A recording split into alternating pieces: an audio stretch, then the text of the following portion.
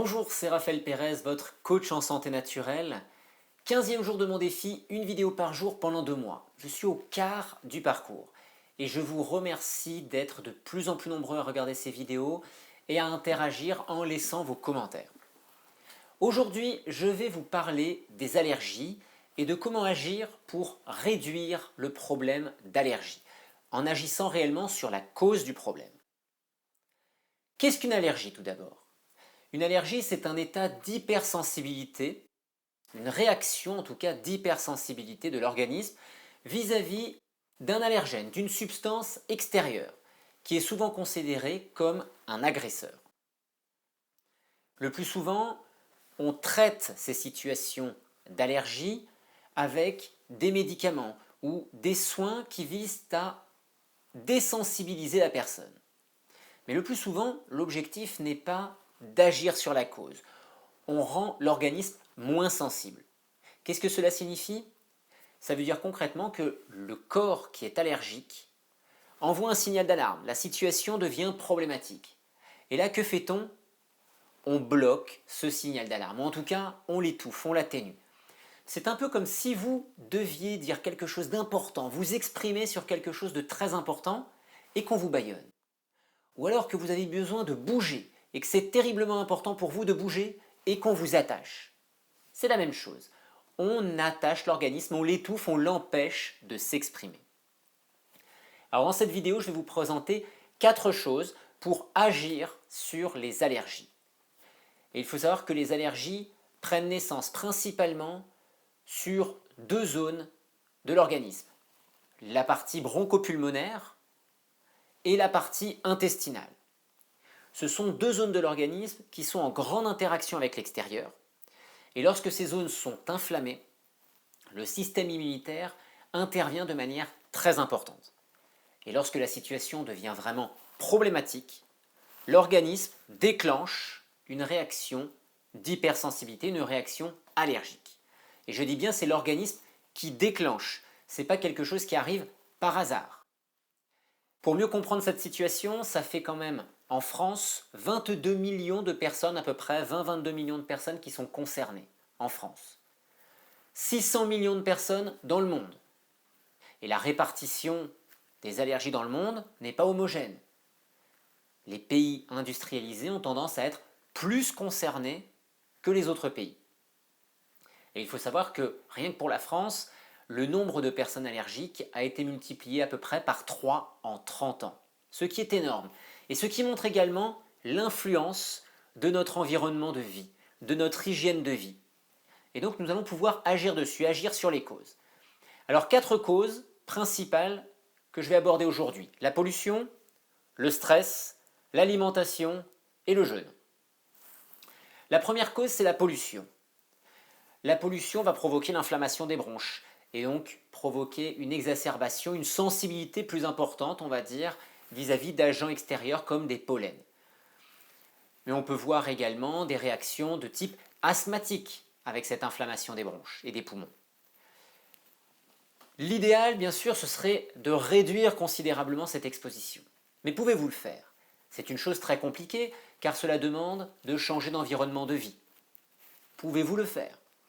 Mais je vais vous donner quand même un exemple qui montre l'intérêt et les bénéfices en tout cas qui peuvent découler d'une réduction considérable de la pollution. Je vous parle d'un ami à moi, quand je vivais en Savoie, qui vivait également en Savoie, on vivait dans une vallée.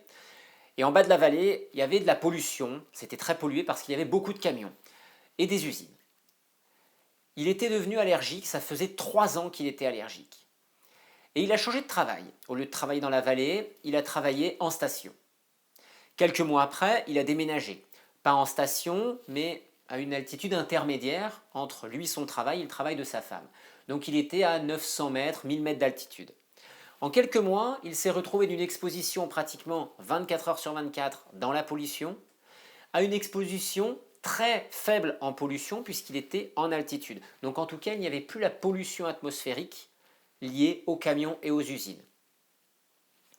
Et ce qui a été fabuleux, c'est que l'année d'après, la saison d'après, où il avait d'habitude ses allergies, qui étaient des allergies au pollen, bouleau, frêne, et le troisième, je ne sais plus, c'était peut-être le peuplier. Mais en tout cas, bouleau et frêne, c'est sûr.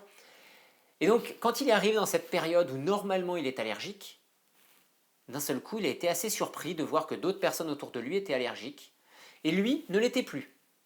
Les années précédentes, il devait prendre des antihistaminiques pour calmer les symptômes, voire supprimer les symptômes de l'allergie.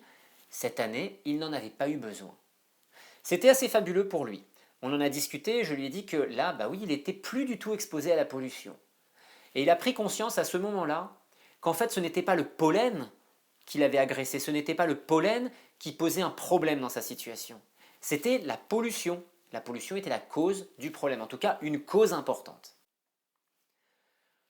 En dehors de la pollution, on peut agir donc sur le stress. Il a été montré et observé que les personnes qui sont plus stressées ont plus de risques de déclencher une réaction allergique. Donc l'objectif, c'est bien sûr, dans la mesure du possible, de se soustraire au stress, de réduire au maximum son état de stress. Alors encore une fois, c'est quelque chose qui est d'un côté plus facile à faire que la pollution, mais qui peut être plus difficile que d'agir par exemple sur son alimentation. Parce que se soustraire du stress, ça implique de changer sa manière de communiquer avec soi-même et avec les autres. Ça implique de changer sa manière de se percevoir et de percevoir son environnement. Ça implique de lâcher prise sur un certain nombre de choses. Ça implique parfois de changer de travail ou de changer en tout cas de comportement au travail. Au niveau familial, c'est la même chose. Êtes-vous prêt à faire ce genre de choses? Beaucoup de personnes ont du mal à opérer ce genre de changement. Alors le stress peut être un levier important, mais qui n'est pas toujours évident à utiliser selon les cas.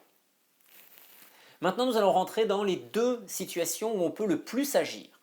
Et là, on va se concentrer beaucoup plus sur l'intestin. L'alimentation et le jeûne. L'intestin est sollicité à chaque fois que nous mangeons. À chaque cycle digestif, les aliments transitent dans notre tube digestif et passent par l'intestin. Lorsque l'intestin devient inflammé, que l'intestin devient poreux, il y a beaucoup plus de risques d'avoir des molécules qui pénètrent dans le corps et qui sont des antigènes, qui viennent de l'extérieur, parce qu'elles sont mal digérées, qu'elles ne devraient pas se trouver à l'intérieur de l'organisme. Alors notre système immunitaire intervient pour les prendre en charge au plus vite. Mais lorsque ça grimpe trop, l'état inflammatoire grandit, le corps tire le signal d'alarme. Et on peut voir se déclarer des situations de sensibilité alimentaire, voire d'intolérance alimentaire. Dans certains cas même des allergies alimentaires carrément. Mais ce qui est plus intéressant encore, c'est que l'intestin va également conditionner des réactions allergiques au pollen, aux acariens, aux poils d'animaux. Finalement, l'état de l'intestin peut conditionner les allergies d'une manière générale. Et donc on va pouvoir agir d'une manière générale grâce à notre action sur l'intestin. Alors comment faire pour agir sur l'intestin? La première chose, c'est de supprimer, si vous avez des aliments qui posent problème, de supprimer ces aliments-là, au moins temporairement. Ensuite, je vous conseille d'agir sur la digestion. Je vous ai parlé dans la vidéo d'hier de l'importance des compatibilités alimentaires. Je vous ai parlé de l'importance des compatibilités alimentaires. Et l'intérêt d'agir là-dessus, c'est qu'on va agir directement sur la digestion. Des fois, ce sera suffisant, d'autres fois, ça ne le sera pas. Il faudra agir plus en profondeur. Peut-être sur l'organisation alimentaire globale de la journée, par rapport à vos activités, par rapport à ce que vous mangez, pour faire en sorte que votre corps arrive à mieux gérer l'alimentation sur l'ensemble de la journée. On pourra aussi agir sur la mastication, sur votre environnement, l'environnement dans lequel vous prenez vos repas. Donc nous allons pouvoir agir sur plusieurs axes pour améliorer la digestion. Bien sûr, le repos, la récupération sont des choses qui vont permettre également à vos organes digestifs d'être plus efficaces. Et ça, c'est plus le jeûne qui va aider à regagner en efficacité à ce niveau-là. Ensuite, au-delà de la digestion, toujours sur l'alimentation, nous allons pouvoir agir sur les cures alimentaires. C'est-à-dire que là, on se rapproche du jeûne. On n'est plus uniquement sur l'alimentation, on va un peu plus vers le jeûne. Donc, en allant plus vers le jeûne, on réduit l'alimentation. Et l'objectif, c'est d'enlever, pour une période de cure, les aliments qui peuvent poser le plus de problèmes. Et généralement, ce sont les aliments qui contiennent des protéines. Donc, on va essayer de retirer les aliments riches en protéines ou moyennement riches en protéines. c'est-à-dire les viandes, poissons, œufs, produits laitiers, les noix, donc tous les fruits oléagineux, les fruits à coque, les algues, les céréales, les légumineuses. On va enlever tous ces aliments-là. En gros, qu'est-ce qui reste? Des fruits, des légumes, et si c'est nécessaire, on peut rajouter un peu de pommes de terre, un peu de patates douces pour faire la cure. L'intérêt, c'est qu'il y aura beaucoup moins de passages d'antigènes par la voie intestinale. Donc, l'intestin sera moins agressé, le système immunitaire sera moins sollicité. Et l'intérêt, c'est que ça va calmer le jeu. On peut même calmer l'état inflammatoire de l'intestin de cette manière. Très souvent, ça marche. Et ce qui est intéressant avec ça, c'est que ça va permettre de calmer la situation allergique dans laquelle vous pouvez vous trouver. Ça ne va pas forcément tout résoudre en une seule diète, mais ça va calmer le jeu. Et on peut même aller plus loin par la suite, c'est aller en jeûne. Et entre les diètes et le jeûne, on peut faire des alternances. On peut faire au début une diète, puis un jeûne, puis après une diète pour prolonger la durée. Et toujours, on va obtenir ce résultat d'apaisement. Et grâce à ce résultat d'apaisement, on va pouvoir réellement commencer à se sortir de cette situation d'intolérance, d'allergie, ou en tout cas l'atténuer. Si vous avez tendance à avoir des allergies saisonnières, par exemple, au pollen, vous pouvez envisager quelques semaines avant la période des allergies de faire une cure comme celle-ci. Et si possible, un jeûne, ce sera encore plus efficace. Et vous verrez que derrière, l'allergie sera sûrement moins intense. Et dans certains cas, elle va disparaître. Pendant quelques mois, il n'y aura plus de soucis allergiques. Et vous pourrez ainsi passer la saison des pollens, la saison qui pour vous est allergène, avec beaucoup plus de facilité. Je vais vous raconter encore un exemple pour illustrer un peu mes propos. C'est l'histoire d'une femme qui a été allaitée pendant quelques semaines seulement. Sa maman ne pouvait pas l'allaiter plus longtemps, elle avait des problèmes au niveau des seins. Et donc, elle est passée au lait maternisé très vite, mais elle ne supportait pas le lait maternisé. Donc, on lui a conseillé d'arrêter le lait maternisé, et à 2 mois, elle a commencé sa diversification alimentaire avec l'arrivée de fruits et de légumes. Cette diversification alimentaire est arrivée trop tôt. Plus tard, on lui a remis du lait dans son alimentation, même si elle ne le supportait toujours pas. Elle avait toujours des douleurs au niveau de l'intestin, des problèmes digestifs, ça ne passait pas. Mais on continuait à lui en donner. Les années ont passé, les troubles étaient toujours présents et s'intensifiaient, elle est même devenue donc allergique. Et ce qui était très intéressant, donc, pour elle, allergique, c'était allergique au pollen. Et elle s'est aperçue, sur les conseils de quelqu'un, qu'en supprimant le gluten et les produits laitiers de son alimentation, ça allait mieux. Les allergies au pollen ont disparu. Génial! Par la suite, elle a continué ses changements alimentaires, entre autres par les compatibilités alimentaires, par le jeûne, et elle a pu se sortir complètement de ces allergies qui s'atténuaient petit à petit, et puis petit à petit, les pollens étaient toujours présents, mais elle n'y était plus du tout sensible. Autre chose intéressante, elle a réessayé par la suite de réintégrer le gluten, ça ne passait pas, et ça ne passe toujours pas. Et aujourd'hui, même s'il y a un tout petit peu de gluten dans son alimentation, elle va réagir. Par contre, autre chose intéressante, c'est qu'aujourd'hui, elle peut réintroduire les produits laitiers. Pas forcément tous les produits laitiers. Elle met de temps en temps un peu de fromage provenant d'un producteur qui est à côté de chez elle, un petit producteur. Donc on peut se dire peut-être que la qualité du lait va intervenir, bien évidemment. Que le fait que ce soit du fromage plutôt que du lait, également.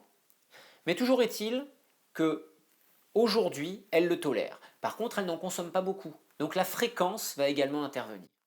Donc nous pouvons agir de cette manière, par les compatibilités alimentaires, par le choix des aliments, par la fréquence à laquelle nous consommons certains aliments, pour aider notre corps à sortir de cette situation d'hypersensibilité, de cette situation d'allergie, qui peut vous pourrir la vie au quotidien toute l'année ou pendant certaines périodes avec les pollens. Mais en tout cas, sachez qu'on peut agir réellement sur la cause du problème. Je vous souhaite une excellente journée, je vous retrouve demain pour ma prochaine vidéo.